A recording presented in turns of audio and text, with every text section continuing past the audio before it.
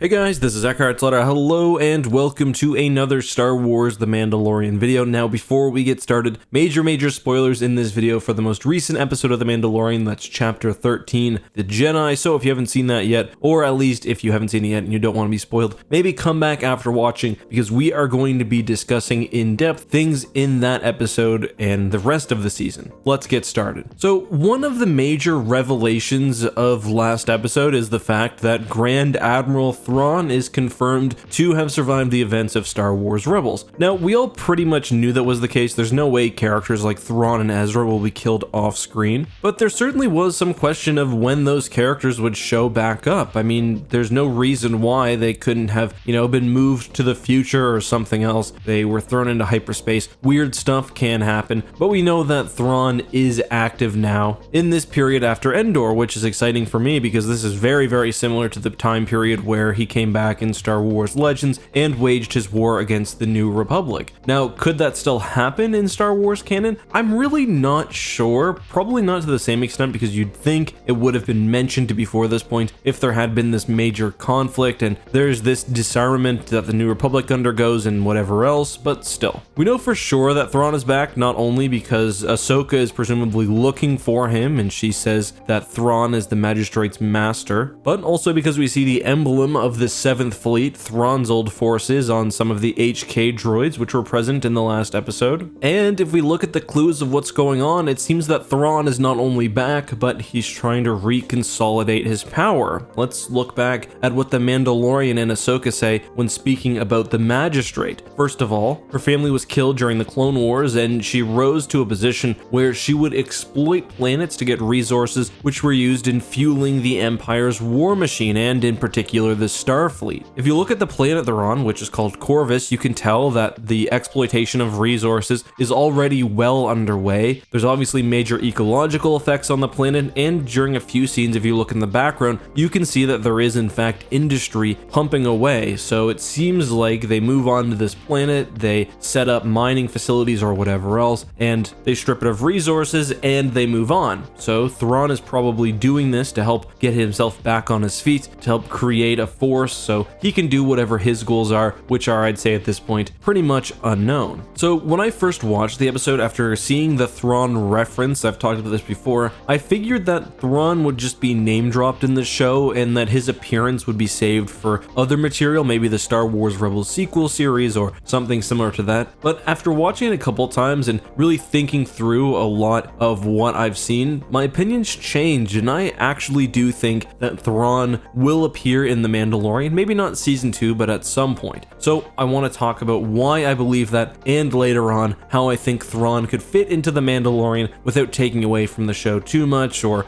moving it off course. So let's talk about evidence. And for me, there's a really interesting article that Giancarlo Esposito, the actor who plays Moff Gideon, gave after the last episode before this one, episode 4 of the season. And he's basically talking about the future of The Mandalorian in this season and moving forward. So the interviewer asks about Moff Gideon's purpose, and this is what we get in response. I think we're all trying to figure out what he wants. When people flow out of control and there are all these different Moffs who have been assigned different areas to be wardens of, isn't there one person or someone that may have guidance over all of them? They're questions that are answered. It could be super soldiers, it could be he wants to save the galaxy. Also, why does Moff Gideon know everything about what's going on everywhere? He has some kind of incredible intelligence source. So that's interesting. So this first part especially is interesting to me. We get Gideon's actor referring to the fact that there are all these Moffs and leaders and disparate warlords who should fall under one ruler. Isn't there someone that may have guidance over all of them? To me, that's an indication that Moff Gideon is getting orders from on high, and at this point I do believe that on high could mean Grand Admiral Thrawn. We get later on too when he says he has some incredible intelligence source indicating that Gideon's not operating completely independently, and what greater source of intelligence is there in the Star Wars universe than Grand Admiral Thrawn? So based on that interview, I think it's pretty obvious that Gideon does have some leader or at least somebody helping him out, but is it Grand Admiral Thrawn? Well, I think there's evidence pointing to the fact that it might be. First of all, I want to talk about Beskar. Beskar is a very rare material, but it's something that we've known Moff Moff Gideon, at least Moff Gideon's faction, has access to. We know Moff Gideon himself was a part of the Empire's sieges on Mandalore, so it makes sense that he would have grabbed some Beskar and exerted control over it, which he is now using in the post-Endor universe here. He doesn't just have a little bit of Beskar, he has a lot, especially considering the type of material that it is and how rare Beskar would be. He's offered Beskar to the Mandalorian as payment. My guess is that Beskar will also be used for the armor plating on the Dark Troopers, especially now that we've seen it in action, or at least as their weapons. Basically, the tie between Beskar and Moff Gideon is made very, very explicit, so I don't think it's just random that now a servant of Grand Admiral Thrawn in the newest episode has a spear made out of Beskar. Not only that, but pure Beskar, and this isn't a small weapon. If you remember back to season 1, the Beskar comes in pretty small little packages, so this is a lot of material being used for this weapon. So yeah, it's my opinion that this material is an explicit tie between these two factions. The use of Dark Troopers in trying to perform experiments on Force sensitives is also very in line with what we'd see from Grand Admiral Thrawn. He's always trying to take advantage of assets he doesn't quite understand or which are foreign to him, so trying to gain a better understanding of how the Force works through Moff Gideon does make sense, I think, for his character. I also want to point out Gideon's resources. Now, it is possible that he's managed to secure all of these ships and stormtroopers and whatever else since the fall of Endor, but he's just a Moff. We see in season 1 at the very end that he's got serviced death troopers in clean armor, not just shabby stormtroopers under his command. To me, this screams the fact that he's being supported by Thrawn, or at least somebody very powerful. That, of course, is just my theory. I want to briefly touch on how I think Thrawn should be handled if he is in the show. First of all, I don't think Thrawn should ever be an antagonist that the Mandalorian goes up against or,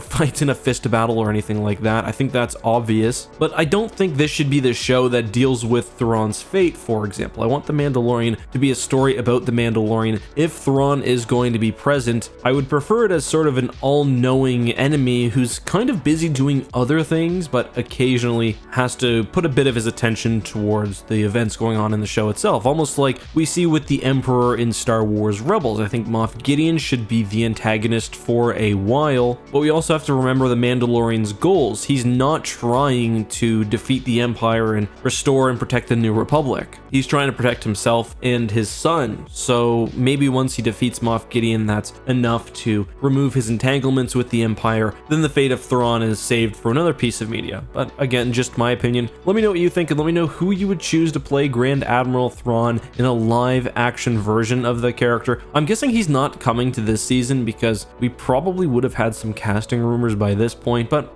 they could have kept it secret. Let me know all of that and more down in the comments. I look forward to reading all of them. If you enjoyed this video, please drop a like. Drop a like if you enjoyed the Star Wars Squadrons gameplay. More of that, of course, over on my second channel, X2, and subscribe if you haven't already. Anyway, guys, have a good one. Be safe, and as always, may the Force be with you.